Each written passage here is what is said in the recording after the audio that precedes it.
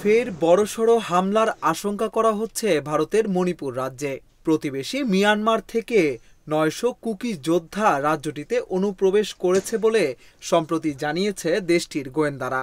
সেক্ষেত্রে আগামী ২৮ সেপ্টেম্বর মেইতেই অধ্যুষিত এলাকায় হামলা হতে পারে বলে আশঙ্কা করা হচ্ছে।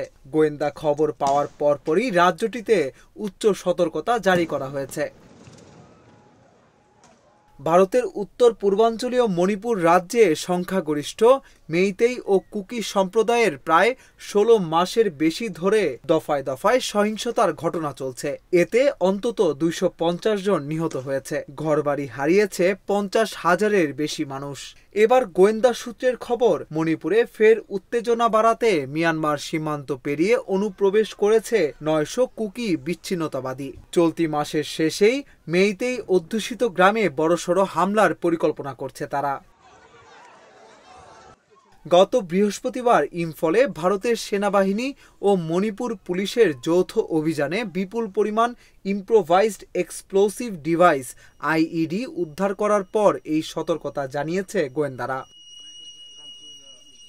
তাদের সূত্র বলছে, এরই মধ্যে অনুপ্রবেশকারীরা ৩০ জন করে দলে বিভক্ত হয়ে মণিপুরের বিভিন্ন এলাকায় ছড়িয়ে পড়েছে। তারা প্রত্যেকে প্রশিক্ষণপ্রাপ্ত, ড্রোন হামলায় পারদর্শী, এমনকি জঙ্গলে যুদ্ধ চালানোর পদ্ধতিও তাদের জানা। এরই মধ্যে ভারত মিয়ানমার সীমান্তে কাঁটাতারের বেড়া বসানোর কাজ চলছে। প্রায় ১,৬৪৩ কিলোমিটার বিস্তৃত ওই সীমান্ত বেড়া বসাতে খরচ হবে ৩১,০০০ কোটি টাকা।